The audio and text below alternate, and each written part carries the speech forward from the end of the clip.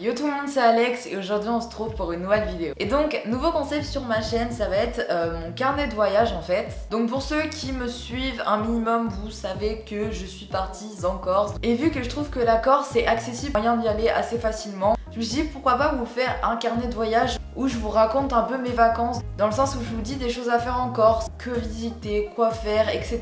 Donc après j'ai pas exploré la Corse en long, en large, en travers, mais je peux vous dire ce que j'ai fait pour vous donner des idées si jamais vous partez en Corse. J'avais beaucoup d'a priori sur la Corse, je pensais que ça allait être genre nul, style je pensais que c'était le sud comme j'habite, genre les plages et tout, il y a rien à faire, mais que dalle et tout. Et je peux vous dire que je me suis trompée et vous verrez vraiment au cours de la vidéo. Donc pour ceux qui ont peur de l'avion, franchement, il n'y a pas de quoi, prenez pas le bateau, l'avion c'est genre grave pas cher. Enfin après tout est relatif, mais je dis que grave pas cher pour l'avion. Et voilà, franchement n'ayez pas peur de l'avion parce que c'est 40 minutes, c'est hyper rapide, la vie, tu vois même pas le voyage passer. Et donc j'ai atterri à Figari, donc pour aller à Porto Vecchio il faut 1 heure, donc après vous allez où vous voulez, mais en tout cas pour aller là où je suis allée, il faut atterrir à Figari. Et donc le premier jour c'était un jour plage.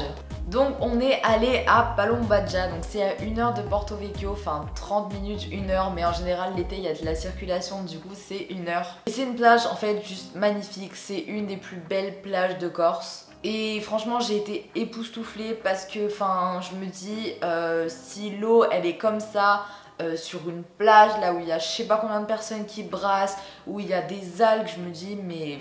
On avait pied assez loin, le sable était blanc, enfin vraiment c'était peut-être pas digne des Caraïbes mais vraiment pas loin je pense. Et si je peux me permettre de critiquer un peu, la plage de Palombadja, si vous y allez pour voir les fonds marins etc, clairement ça vaut pas le coup parce qu'il n'y a pas grand chose. Et ensuite on est également allé à la plage de Porto Vecchio, donc c'est la baie de Saint-Cyprien. Donc la plage est assez ressemblante à celle de Palombadja, l'eau est aussi belle franchement. Donc j'ai fait du paddle, c'était magique, franchement incroyable. Le paddle dans une eau aussi belle, franchement waouh.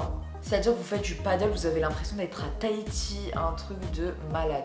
Mon père il a même trouvé des étoiles de mer, ça se trouve comme ça, genre il en a trouvé 5, genre dans le plus grand des calmes. Ensuite le lendemain on a fait une journée bateau, donc on a loué un bateau et c'était juste la meilleure des journées il me semble. Et donc on démarre en bateau, il y a à peu près 30 minutes de navigation et là on arrive là où on voulait aller en premier. On voit l'île Cavallo et les îles Lavezzi. Donc l'île Cavallo en fait, c'est la minute culture, c'est une île qui a été achetée par des milliardaires, il y a 10 maisons, elles sont juste ouf, ils sont en plein milieu de la mer, genre au calme, ils peuvent faire ce qu'ils veulent, ils sont en plein milieu, les territoires c'est à eux, ils ont la plage privée, enfin bref, l'île est à eux, c'est genre... Et donc à côté de l'île Cavallo, il y a les îles Lavezzi. Et en fait, genre c'est accessible que par bateau et c'est ça qui est vraiment magique. Par contre, il y a la blinde de bateau, genre l'eau. Mais vous la verrez en vrai. Sur la vidéo, elle est déjà magnifique, mais en vrai... Oh.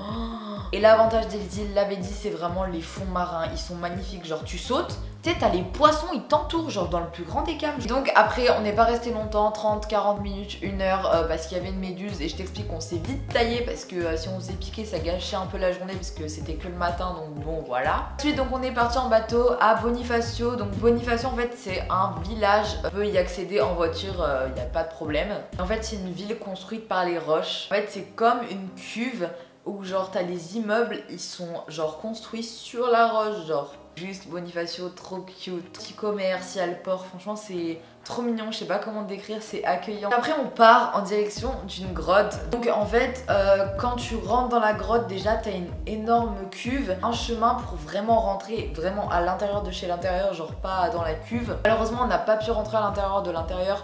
Tout simplement parce qu'il fallait lever le moteur, il n'y avait pas assez de fond du passage où il faut rentrer et on avait peur d'abîmer le moteur etc. Du coup on a préféré genre rester calme. J'ai jamais vu une eau comme ça, elle était fluo, enfin c'était vraiment magique. Au début genre on se pose à peu près 30-50 mètres maxi du banc de sable. Et l'eau était déjà magnifique, mais un truc de fou. Et donc moi j'y vais à la nage en fait. Et arrivé à... Enfin genre il restait 10 mètres et j'étais arrivée au banc de sable. Et là impossible d'avancer, je vous jure, en Corse faites attention, les courants ils sont juste hyper prononcés. Genre c'est à dire que j'étais sous l'eau avec mon mât, genre comme un petit poisson-gaille et tout, je nageais et tout, trop cool. Vous me voyez reculer, j'étais en mode... Et genre...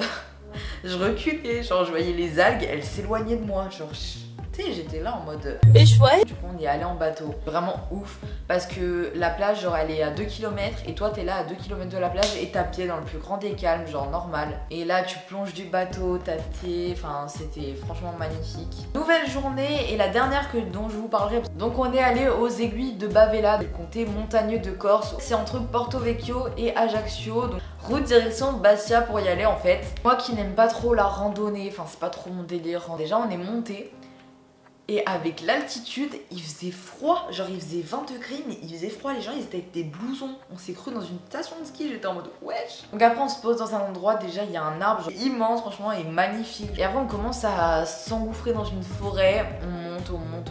Et là on arrive à une cascade, mais pour moi quand était gelé parce que, enfin faut savoir que c'est en altitude, l'eau elle était à 20 degrés. Du coup on a regardé les gens genre jeter comme si c'était un toboggan et tout, enfin, c'était époustouflant. Là, mon père et un ami à mon père, ils sautent de la cascade et ça m'a trop donné envie. En plus tu sais il me chauffait et tout pour le faire et tout, et du coup je l'ai fait. À cette heure-ci je regrette vraiment trop pas parce que c'était quelque chose à faire franchement. Donc voilà, j'espère que ce concept vous aura plu et dites-le moi en commentaire. Franchement j'ai été vraiment super agréablement surpris et je pense que ça vaut le coup d'aller en Corse. N'hésite pas comme d'habitude à mettre un thumbs up si le concept t'aura plu, si la vidéo t'aura plu. Et puis voilà, quant à moi je vous embrasse très fort et je vous dis à la prochaine pour une nouvelle vidéo. Bye.